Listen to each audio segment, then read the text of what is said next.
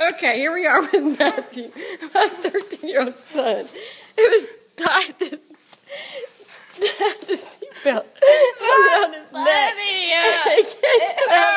He can't get out of the car. Here, Alex, hold this while I try to help him.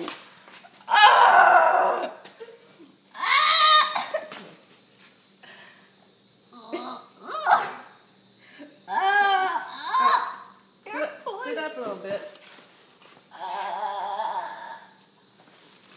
Sit up a little bit. Sit up a little bit.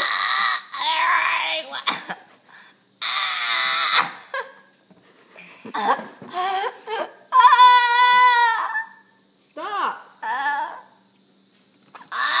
Go get those scissors. Go get the scissors. No!